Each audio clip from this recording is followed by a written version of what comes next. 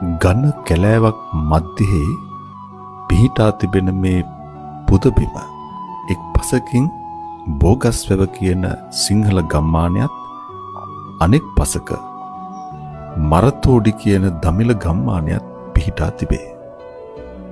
තවමත් පුරාවිද්‍යාත්මක සාධක හමු වී නැති වුවත් දළදා වහන්සේ කලක් මෙහි පුදබිමෙහි වැඩමවා වැඩ සිටි බවට ජනප්‍රවාද පවතිනවා.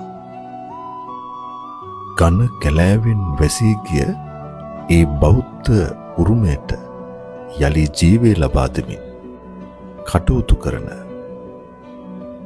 ගල්කමුවේ සන්ත බෝධි ස්වාමින් වහන්සේ ගන්නා වූ උත්සාහයට දකුණේ සිංහල බොදු ජනතාව කෘතඥතාවේ පළ කළ යුතුය.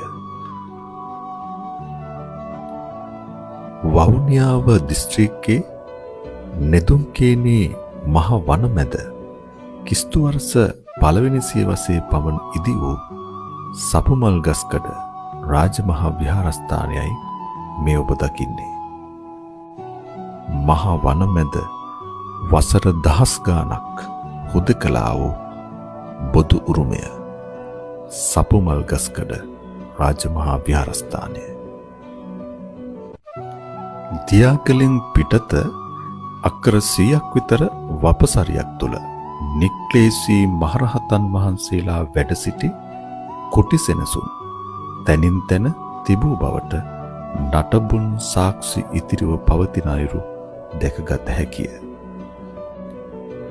වවුනියාව දිස්ත්‍රික්කයේ නෙදුම්කේනේ මහ වන මැද කිස්තු වර්ෂ පළවෙනි සියවසේ පමණ ඉදි වූ නික්ලේශී මහරහතුන් වැඩවිසූ සපුමල් ගස්කඩ රාජමහා විහාරස්ථානයයි මේ ඔබ දකින්නේ.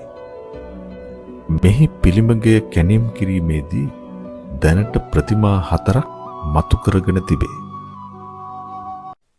පබ්බතාරාමයකට අයත් නටබුන් මේ භූමියෙන් සොයාගෙන තිබෙනවා. ස්තූපයක්, පොහොයගයක්, පිළිමගයක්, බෝධිකරයක් යයි තහවුරු කරගත හැකි පුරාවිද්‍යාත්මක සාධක දැනට සොයාගෙන තිබෙනවා. ජාතිවාදී බෙදුම්වාදී කොටි ත්‍රස්ත්‍රවාදයේ පැවති යුගයේ ජන ශුන්‍ය වූ කලක මෙහි තිබූ පුරාවිද්‍යා නටබුන් විනාශ කොට නිදන් වස්තු සොයා බෞද්ධ උරුමය විනාශ කිරීමට සූක්ෂම වූ බව